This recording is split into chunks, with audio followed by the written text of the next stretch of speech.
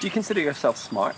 Like sometimes, you know, I think I'm quite smart and then it'll come to just doing really, really basic things in my life, like checking my tyre air pressure, and I'll be like, what? Okay, hey, I'm Jo, I'm 28 years old and I am a counselling student. I grew up in Kalamunda, which is in the hills, born there, lived there most of my life, and have been trying to escape it ever since. I do like quite a bit of travelling. I love reading, writing, I do art. Yeah, I'm one of those people who don't have any kind of distinct hobbies, just, yeah. My friends would probably describe me as funny, kind, and Brian doesn't agree.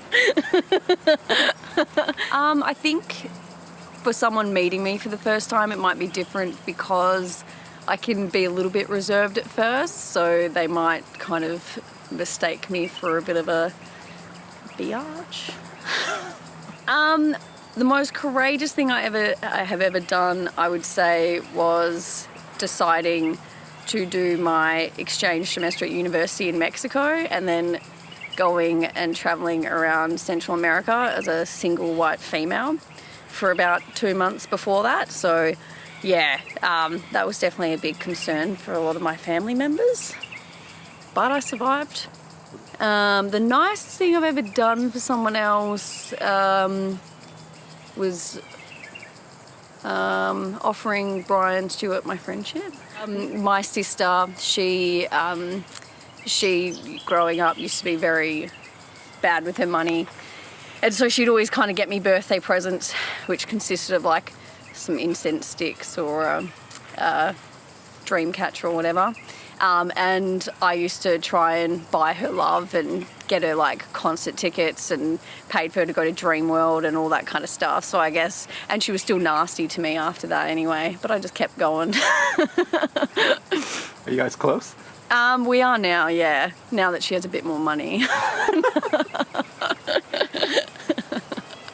I guess I would say I'm quite personable. I think that I have an ability to get along with basically anyone from any walk of life, so yeah.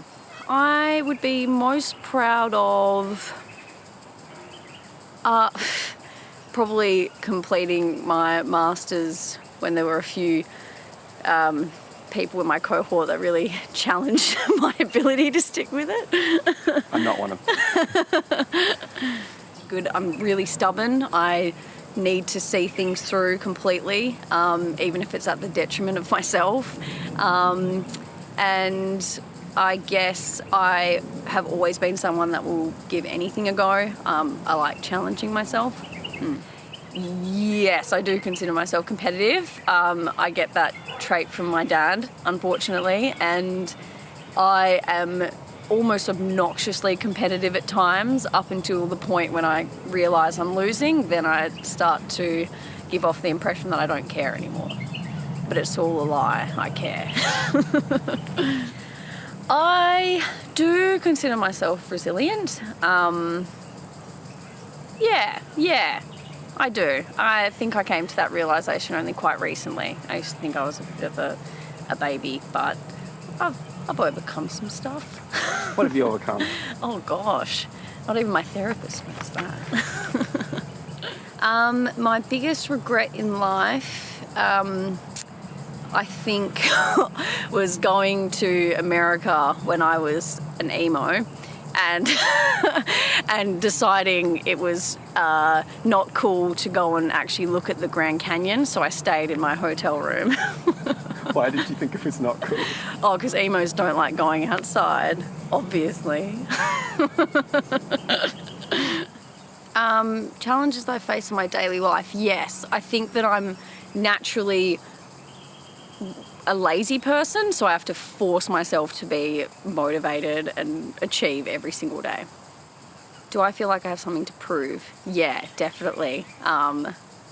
Not just to myself, like I look for external validation all the time. I feel like what I have to prove to people is probably that I can achieve things. I'm probably quite insecure about my natural tendency to be lazy, and so I think, it's a lot of just wanting to show people that I can do things. How good am I at keeping secrets? I never used to be up until I did my master's course. I used to kind of be like, I'll keep it a secret, but then there was always like one or two people that'd be like, all right, I gotta tell you this. I've gotten much better though, so I think I'm good at them now. I think I might be able to outsmart some people. However, this is something that I've never done anything like before, so once again, I think that's probably a different kind of intelligence, and I might eat my words. What do you think of the generation below you? I think the generation below me, I think that they have, huge benefits, such as just having access to so much information that we didn't have access to many years ago. So I think they probably have maybe better values and more open-mindedness. So my involvement with Survivor, the show, is watching Backyard Survivor purely. What I think it takes to win Backyard Survivor is, I guess, not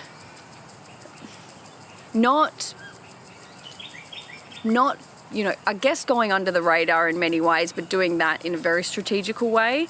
And I guess, I guess being more objective, being able to kind of step outside of it instead of getting all anxious and really consumed by it, just being able to like see things more objectively and work out what's going on. All right, so if I'm on a minority tribe in Survivor, I would, oh goodness. I would look for any means of jumping ship. I guess attempting to build as strong of alliances with some of the people that I think would be, the strongest players in that team, and just hoping that, there's a merge or something like that to save me. I think I tend to lead in certain situations, and that's normally when I perceive certain people around me to look for a leader. Sometimes people have a propensity to just, you've done group assignments at university. My strategy for the first hour would be to just kind of stick with people, talk to as many people as I can. I think I personally feel like the most important thing for me would be kind of building rapport with people to begin with. So idols, the whole concept stresses me out, because me being competitive, I would totally want to look for them. But then I also know that can kind of be a bit detrimental if you're like actively away from the group looking for them. So I think I would probably do it if they more naturally came to me rather than actively seeking them out. So the reason why I would like to play Backyard Survivor is because I really like trying new things. This is something that's totally out of my comfort zone, and I just think it'd be a really, really interesting little human experiment to be a part of. I think what I would be remembered for in Backyard Survivor Season 4 is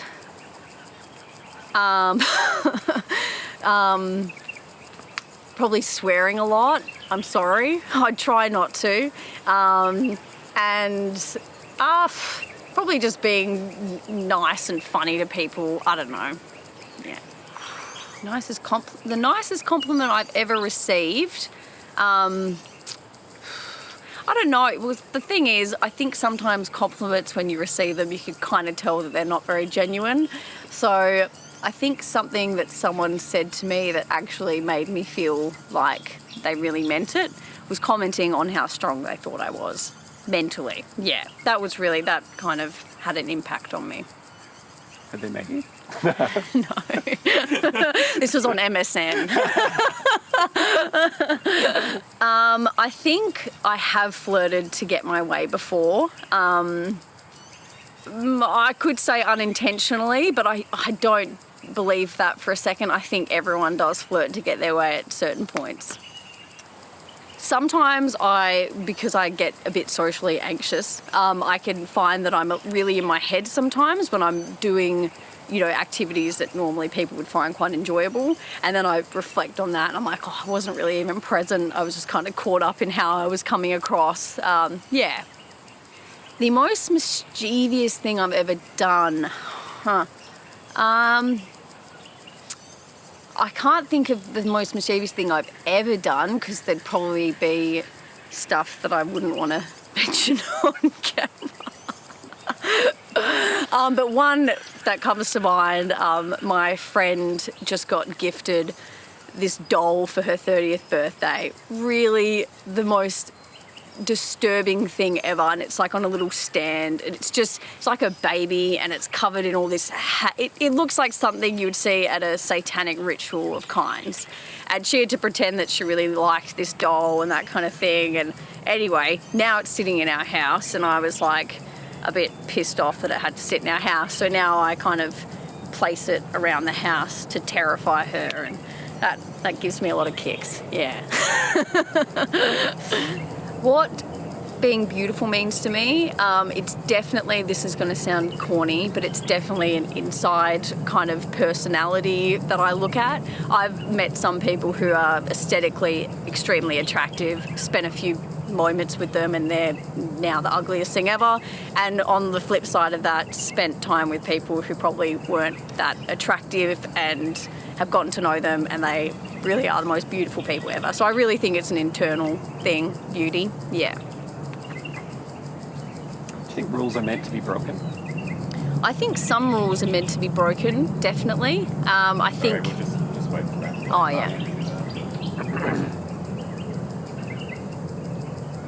I can see where it is. No. It's just this omnipresent aeroplane. Wow. That I'm was concerned. It's potentially on the runway. Oh, yeah. The That engine's makes off, sense. yeah. That makes sense. Or it's crashing on us right now.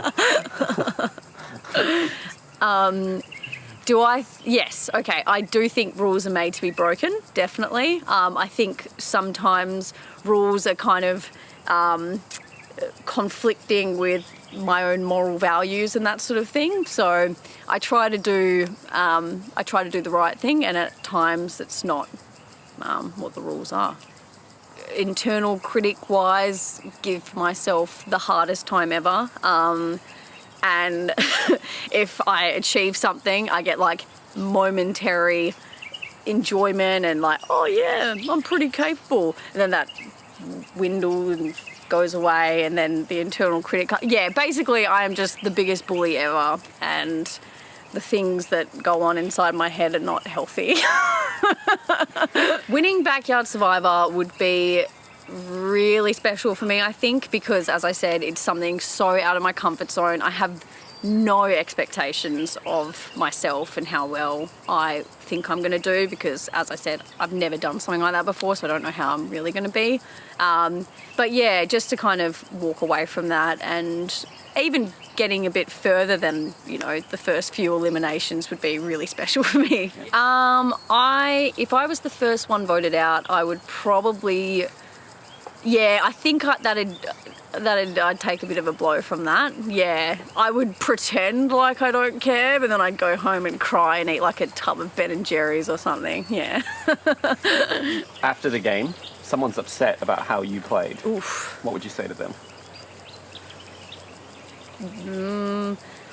I don't have any... Okay, if someone's upset about how I played, well, I would apologise, because sorry is one of my favourite words. I use it often, even when it's not my fault. But then I would, I guess say it's nothing personal, because it really isn't. I think that's really on them if they take it personally.